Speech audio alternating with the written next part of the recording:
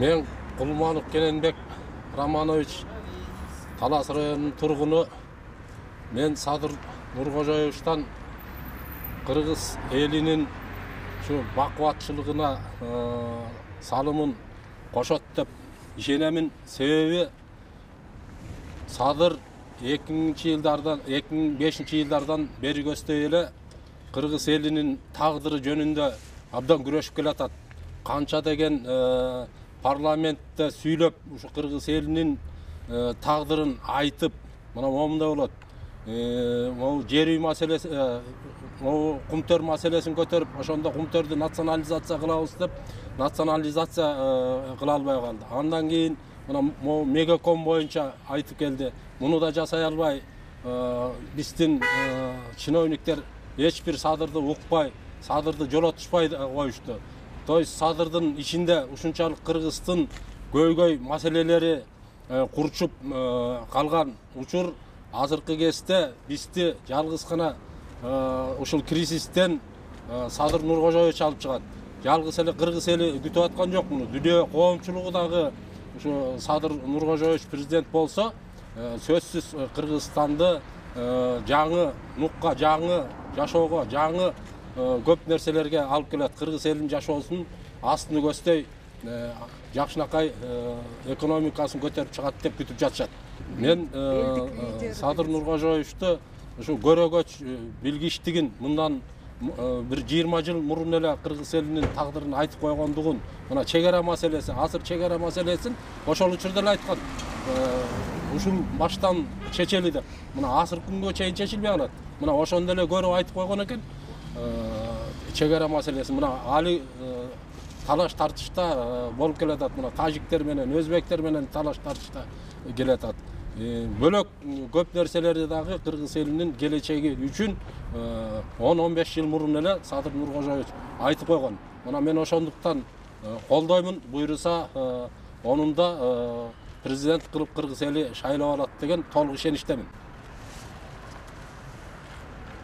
Садыр Жапаровду эмне үчүн колдойбуз? Садыр Жапаров деген бүгүнкү күндөгү эжисүү лидерлердин бири. Лидерлердин бири эмес, лидер. Элдин бардыгы бүгүнкү күндө Садыр Жапаровду колдоп атпайбы? Бул бекеринен эмес да. Садыр Жапаровго окшоп чырылдап элдин таламын талашып, мамлекеттин кызыкчылыгын ойлогон 30 жылда эми бир чыкса чыгып аткандыр, бирок бирден бир ошо жан дили менен күйүп ушуну талашып тартышып аткан Садыр Жапаров болуп келбедиби? Канча азаптарды көрдү, ошо элдин таламын талашып жүрүп, жок жерден бир жалаалар менен отуруп да чыкты. Эми анын башынан өткөргөн кыйынчылыктарын элдин бардыгы билип калды. Анан бул эл башы, журт атасы болуш жөн эле иш эмес бул.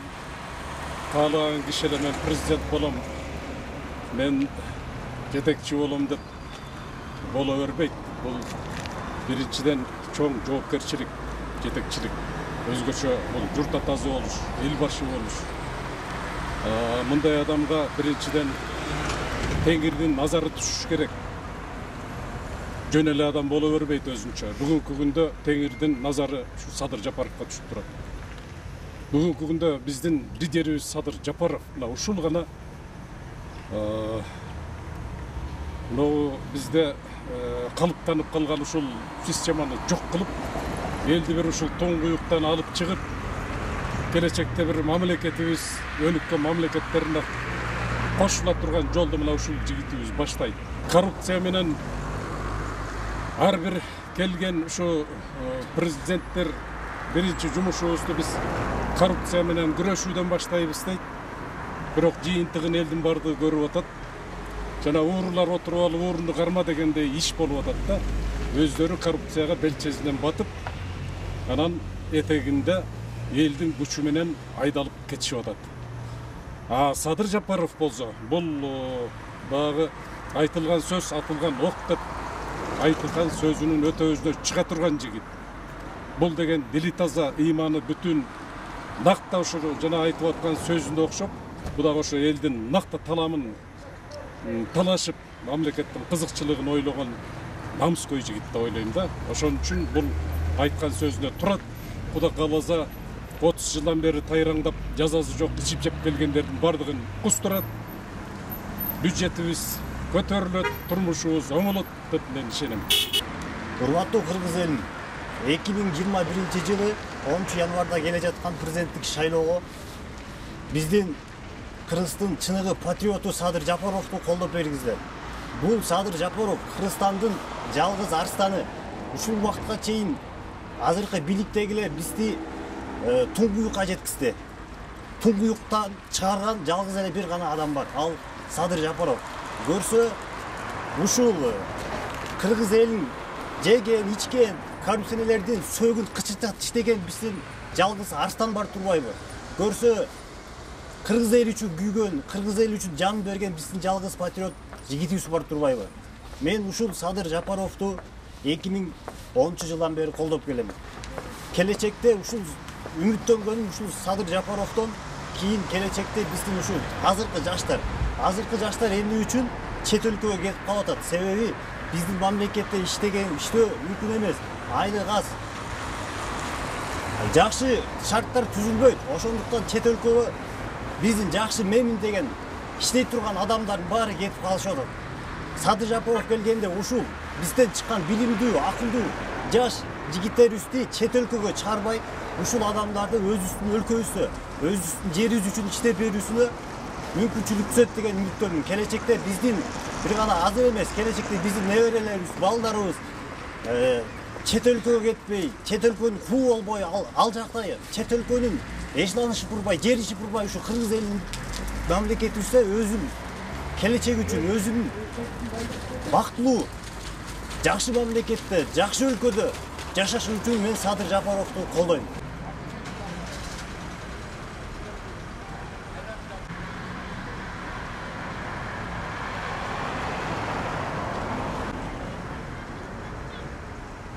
Мен президенттикке талапкерлердин баарын сыйлайм. Рахмат талаптарын койгон үчүн. Бирок алардын ичинен Садыр Жапаровду колдойм. Себеби Садыр Жапаровдун 2010 жылдарга дейм ушул телевизордон бир угуп калганда мөңгүлөрдү эрип кетет, анан мындай болбош керек, кенди казып мындай алтындар кетип атат дегенде эле мен ушул кишиге деген бир сыйым пайда болгон.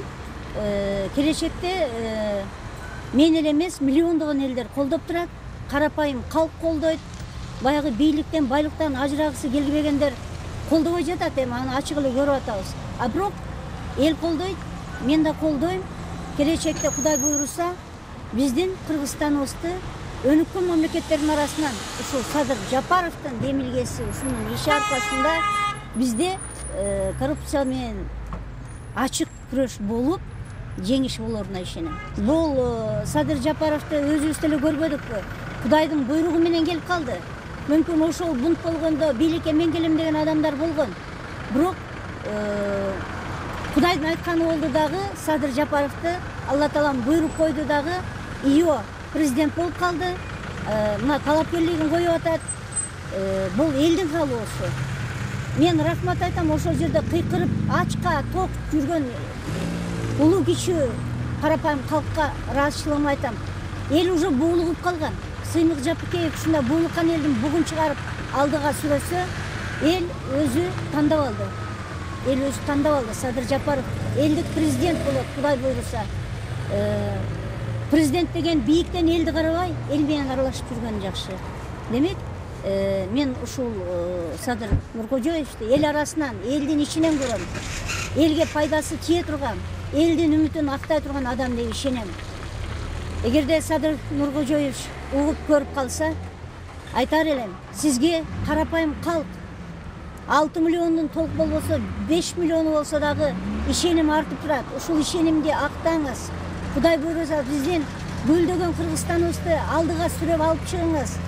Биздин кыргыздар сыртка барып иштейм деп эмес, Кыргызстанга келип иштейм деген даражага жеткиргенге аракет кылыңыз. Карапайым калк, кош колдоп колдойбуз. Барыбыз колдойбуз. Садыр Жапаровду мен эл колдоп атат. Эл колдоп атат. Эл жалпы элди колдоп аткандан кийин мен деле ушу Садыр Жапаровго колдоймун. Анткени ал чыныгы лидер. Эл колдоп аткандан биз ишенебиз. Биздин Кыргызстаныбызды өнүктүрөт, өстүрөт. деп ойлойм да. Мен Садыр Жапаровду колдойм. Анткени бул чындык лидер. Элдин мүддөсүн ишке ашырат деп ишенем да. Катуу ишенем ошо. Каалайм ушу кыргызстандыктардын баарын жалпы эле чакырып кетет элем. Колдон келсе ушу Садыр Жапаров балабызды колдосок, Кыргызстаныбыз өнүгүп өсөт деп ойлойм да. Ошого ишенем толук. Садыр Жапаровду мен ишенем, толугу менен ушуну колдойлу. Коррупцияга каршы башынан баштап эле ушул немесин айтып келатат. Ишке ашырат деп толук ишенем. Апалардын баардын тилеги ушу кыргыз элинде тынччылык болсо экен, аманчылык болсо экен, элибиз бир өркүндөп өсүп, Кыргызстаныбыз гүлдөп өссө экен деп тилейбиз. Анан ошол үмүтүбүз менен ушу Садыр Жапаровду колдойт элем да. Бул Садыр Жапаров ушу өзүнүн ак ниети менен чынчылдыгы үчүн түрмөгө да жатып чыкты. Бул жери кумтөр иштебесин, мегаком сатылбасын деген ой менен камалып кетип, ак элип сынбайт дегендей азыр Садыр Жапаров чыгып, мына элдин башына келип атат. Ушу 7 областтын биригип ушу Садыр Жапаровду колдоп атабыз. Үмүтүбүз аябай чоң. Анткени бул коррупцияны биринчи жок кылам деп, ошолордун алган акчаларын кайра кайтарып бюджетке салып, анан ушу Кытайда карызыбызды кутулабыз деген эң негизгисин мага ошонусу жагып атат да. Чындыгында Кытайдан карызыбыздан кутулсак, анан кийин да жакшынакай пландары бар экен, ошону ишке ашырат деп, ошо баарыбыздын эле апалардын баарын эле ой тилеги ушу Садыр Жапаров келип калса, элибизди оңдосо, жерибизди оңдосо деген бир жакшынакай тилектерибиз бар да. Ушу Садыр Жапаровду эле колдойм мен. Көрдөн келдим, ушу конокко келгем, Тараска дейиндар. Ушу Садыр Жапаров эле баламды колдойм. Атасынан айрылган, баласынан айрылган, көп аракети бар, көп иштерди аткарам деп атат. Ушу жалпы ушу балабызды эле колдойлу деп атабыз. Ушу баламды эле колдойм, Садыр Жапаровду эле колдойм. Талаштыктар деле ушу бүт эле ушу Садыр Жапаров баламды колдойлу деп атышат, бүт эле. Күрчбекова Майрамкан, Ускөлдүн тургунумун. Ассаламу алейкум. Талас облусунун тургундары, жалпы эле кыргыз элим. Бүгүнкү күндө бир гана мен эмес, бир гана кыргыз элинин бүгүнкү күндө бирден бир ишеничи болуп, бул Садыр Нуркожоевич Жапаров болуп атат. Себеби ал киши буга чейин көп деген турмуштук сыноолорун көрдү. Көп деген жакшылыктарды, жамандыктарды көрдү, жакындарын жоготту. Себепсиз эле түрмөгө да отуруп чыкты ал киши. Андыктан баягы жон териз менен ар бир адам өзүнүн кыйынчылыгын сезбесе, бул эртеңки күнгө болгон турмушка болгон даярдыгы да слабый болот деп мен ойлойм да. Ошондуктан бул кишинин башынан көп деген жамандыктар өттү. Акты кара деп жүргөн адам. Анан андыктан мен бул кишини бүгүнкү күндө толук колдоп жана ишенип турам да. Кыргыз элине жакшы келечек, жакшы бир ой максаттарды, жакшы иштерди алып келет деген толук ишеничтемин. Менин аты жөнүм Султанбеков Айбек Канатбекович, өзүм Талас районунда туулгам. Здравствуйте, я от лица всей молодежи хочу сказать, почему я выбираю этого кандидата, так как я считаю, что этот человек может продвинуть нашу страну вперед, что он один из многих, кого выбрал, один из немногих, кого выбрал народ, и он, я считаю, что он может, как сказать, обеспечить нашу страну, чтобы наша страна ни в чем не нуждалась, чтобы наша страна была в надежных руках. Я считаю, что он является единственным человеком на эту должность. Мен Садыр Жапаровду колдогондун себеби президентке койгон талапкерлердин арасынан эң эле татыктуу жана чынчыл, ачык айкын адам деп ойлойм. Бул менин өзүмдүн жеке оюм. Ал менин оюмча коррупция менен күрөшүүгө эмтен эле жакшы результаттарды көргөзүп баштады. Ошол себептер менен эле мен өзүмдүн жеке оюм ал Кыргызстанды биздин башка койгон талапкерлердин арасынан эң эле татыктуусу деп ойлойм. Анткени азыркы учурда бардыгынан эле сурасак 10-8 адам эле Садыр Жапаровду колдоп жатат. Ошого да элдин ишеничи менен, элдин үмүтү менен ал деле бекер элдин үнү менен чыгарылбаса керек деп ойлойм.